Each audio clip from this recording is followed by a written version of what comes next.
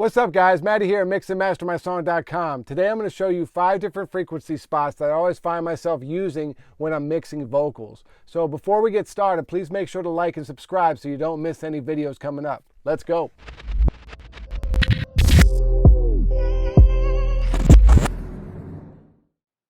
All right, guys, so here's the song we got today. It's from our buddies DJ Please and Junior called Memories. If you want to check it out on Spotify. It's good old R&B jam, really great music. Check it out. So the first one I'm going to show you is a classic one, and if you've been mixing for more than 10 minutes, you should know about the low cut. You know, there's always a lot of buildup. Could be, you know, people stepping on the mic stand or just walking on the floor, depending where you're at, or an air conditioner. There can be some low-end rumbling going on. That's not necessary for the vocals. So I'll usually use 18 or 12 dB slope. And just put this, if you're using the Pro Q, you can use a headphone to solo out the band. But for something like this, it's usually around 80, 84. Some pop stuff or even hip hop stuff now, I'll have it higher just because that's part of the sound, just a real kind of thin, bright vocal. But for something like this, we can do it around 80. So the next bands can be 200 to 500. And that's where you get a lot of low kind of mud buildup. And the way I figure that, it's kind of like the low pass. You just put the headphone on, make a tighter Q here. As you can see, I'm turning the Q band there. And just take a listen.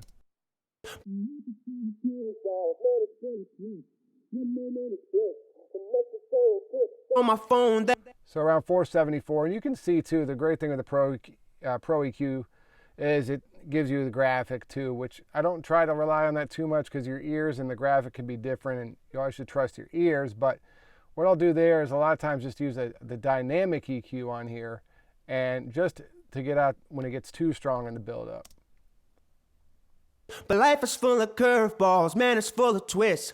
One moment it's bliss, the next it's so pick. So, and then once the song comes on, you know, a lot of your EQ can change. We're EQing in solo, which isn't a good idea, but just for, you know, demonstration purposes. But sometimes I'll also EQ around 200 as well.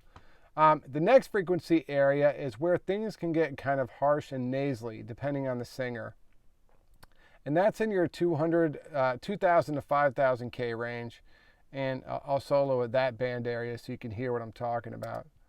But life is full of curveballs. Man, it's full of twists. One moment it's bliss, the next it's so big, so my phone that'll never delete. So, you know, with Junior, it's not too bad, but that's another band where I'll usually use a dynamic EQ to pull down that if it's getting too harsh, especially when you really start compressing things. That area, because it's where we hear the most, can really push forward and start hurting your ears or annoying your ears. So that's another spot.